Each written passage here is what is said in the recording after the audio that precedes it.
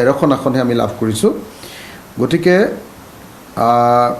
এই 13খন যি আসন আছে, এই 13খন আসনৰ প্ৰাৰ্থী তালিকা মই ঘোষণা কৰিব খুজিছোঁ।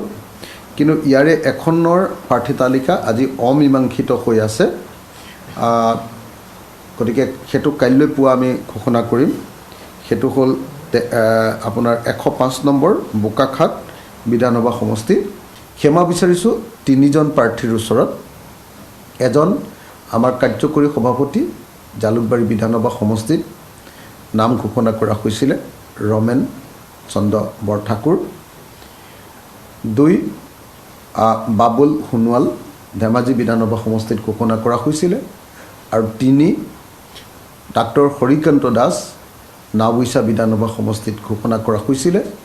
কিন্তু বহুত যুঁজ বাগৰ, বহু সংগ্ৰাম, বহু তৰ্ক বিতৰ্কৰ মূৰতো এই 3জনৰ প্ৰাৰ্থিত্ব আমি বিৰোধী ঐক্যমঞ্চৰ পৰা লাভ নকৰাৰ কাৰণে সৰ্বশেষত আমি এই 13জন মানুহৰ নামহে বা 13জন প্ৰাৰ্থীৰ নামহে ঘোষণা কৰিবলৈ বাধ্য হ'লোঁ।